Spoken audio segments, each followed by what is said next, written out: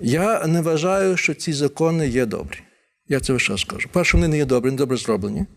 А по-друге, тобто вони не є, вони не, умовно кажучи, не симетричні, несправедливі. Якщо у Львові стоїть пам'ятник Бандери, то чому у Волновасі не може стати пам'ятник Чапаєву? От.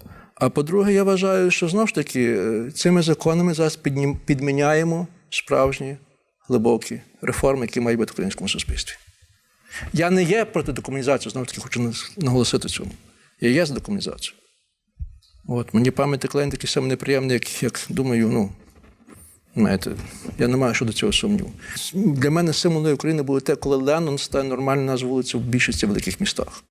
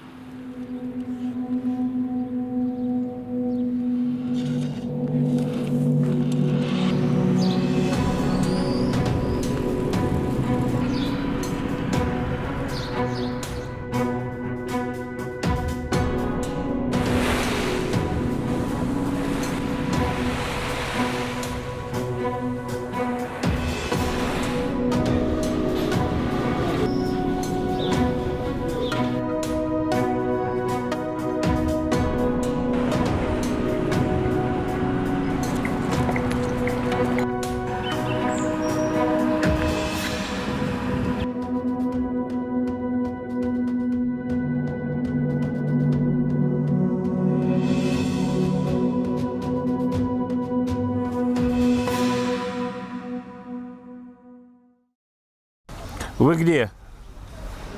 На своем месте, как всегда.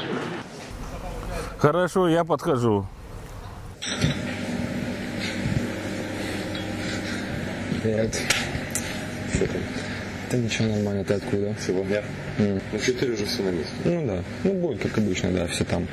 Там уже Виталик подвезет и Беннера, и все будет. Привет, дорогой. Привет, Питер. Сможешь позвонить после Грищева сказать? Могу. Он позвонит.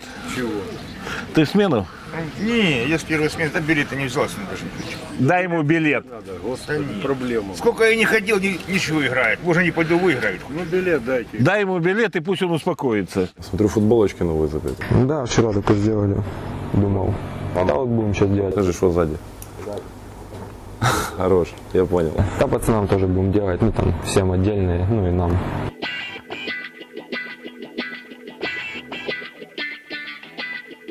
Главный на секторе – это тот, кто заводит толпу, то есть споукман называется. Человек, который заряжает, ну, то есть начинает, грубо говоря, заряд какой-то или песню какую-то, ну и все подхватывают и продолжают.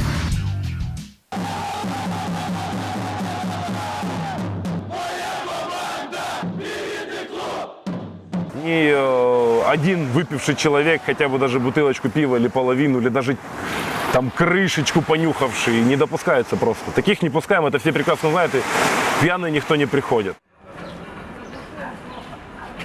Слышишь? Пьем не воду. Мы ж не воду пьем, За мариупольскую команду. мы пьем коньячок. Как положено. Потихоньку перед игрой. Говорят, плохо живут. Коньяк пьют. За игру. За футбол. Если хочешь побеждать, то есть соперника, который на голову выше тебя, то нужно тренироваться, правильно? Ну, все. А перед дракой там 100 грамм водки выпить и пойти драться, ну, это не поможет тебе.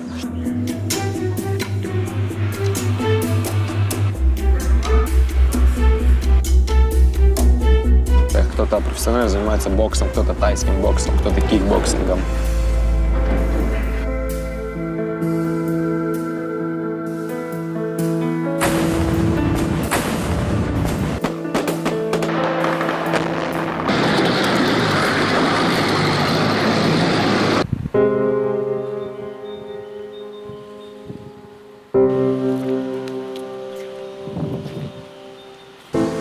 Мая. Я и 9 мая в городе был с утра, и в других районах.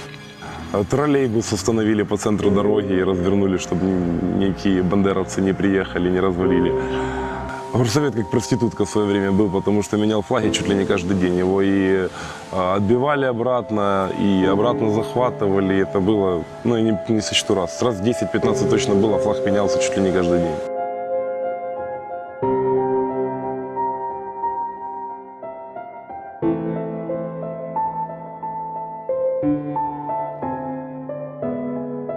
Город прифронтовой, как ни крути. Но ничего восстанавливать сюда не хотят. Никакие тендеры, гранты сюда фактически не выделяются, потому что все, а вдруг это все пойдет прахом, вдруг все деньги в никуда уйдут, вдруг здесь обратно здесь что-нибудь будет бомбежка. Но в итоге, с другой стороны, все же говорят, что Мариуполь это украинский город, а мы всеми силами сюда и приедем, и пофотографируемся, дадим хорошее интервью. Вместо страха пришла апатия. Никто не знает, что будет дальше.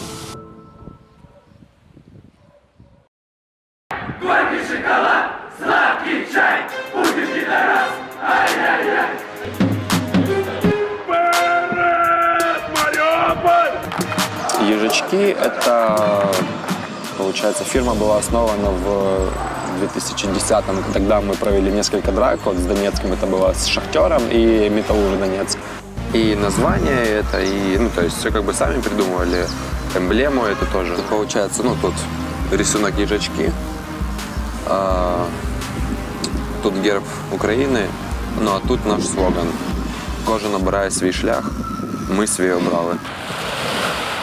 Фанатское движение фактически это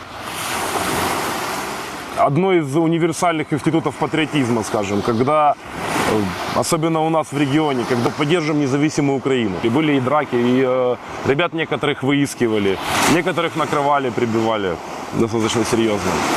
Поэтому очень тяжело было в городе. На движе это достаточно сильно отразилось. Но и остались все на самом деле стойкие. То есть, которые были мямли, и с непонятной точки зрения их сейчас нет. Их не существует.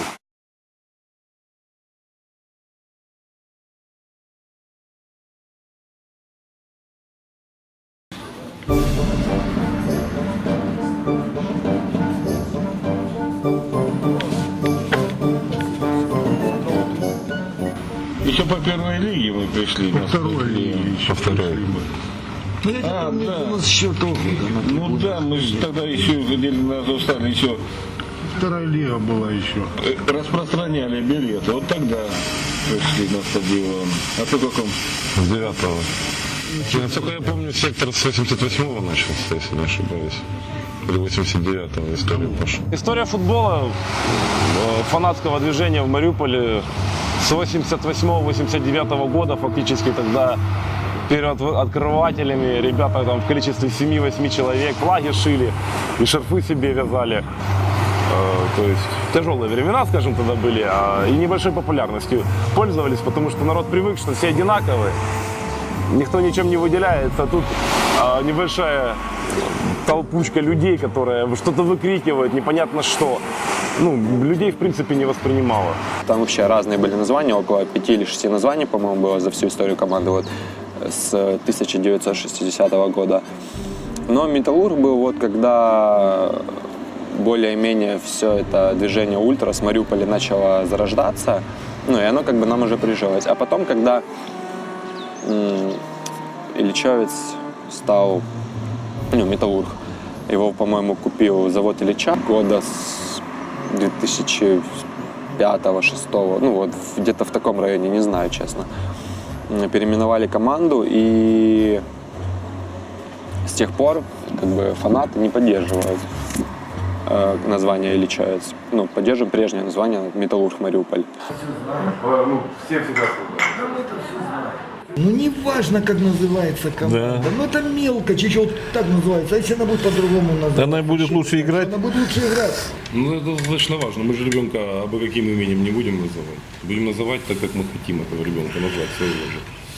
Потому что это наше лицо, родители за этим ребенком будут постоянно ухаживать. Все молодым, когда стал Ильичевец. Против коммунизма тогда я не особо ничего не имел, но название меня самого уже просто рамсило. Просто прямыми словами, но это по словам дичь, это не название. Как и название команды Ильичевец будет влиять на игру команды? как название, как имя говно будет влиять на игру, на жизнь человека. Это равно говну. Так ведь получается, Я не по-твоему? говорю, что Нет, ну да ты же сказал. Для меня это плохое название всего лишь. Ну, Я не считаю его говном. Это ты. Но плохое имя, если... Ну, это правильно ты считаешь. оно будет влиять. это ты считаешь. Ты считаешь. Я считаю. Ты думаешь, я считаю так? Им это не важно. С разговором с ними им не важно, как он будет называться. Они захотят назвать его кусочек песка, и он будет называться кусочком песка. Они могут назвать его бог молота, грозы, Тор, как угодно. И они будут болеть. Им не интересна уже сама игра. Им не интересно само название, и для них это совершенно не имеет никакой ценности. Они должны понимать, что они являются составной частью. Они не противостоят никому. Вот в этом, на мой взгляд, и главная проблема. Чтобы ультрасы, они чувствовали, что они общие со всеми. Они не противостоят, они часть. Просто самая часть, которая обязана лидер. Лидер трибуны.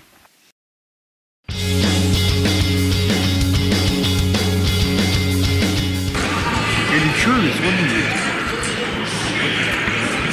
А мне чихать на это.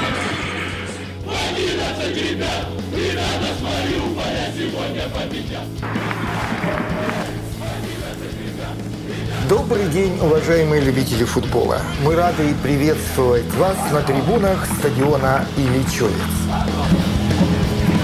Наши в белом играли. Ну да. Ну опять 20-му дали, а толку от него, блядь. Обалдеть. А вы что? Я говорю, обалдеть.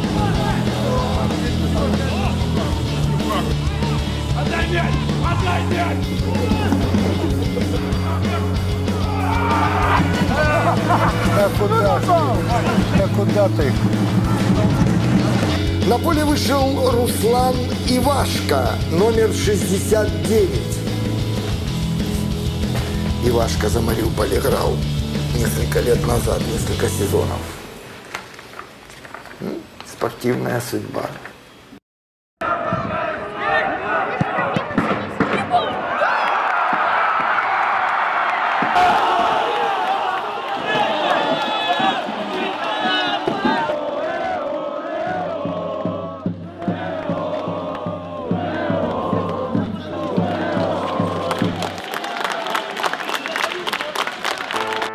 Ну, сегодня хороший достаточно сектор был.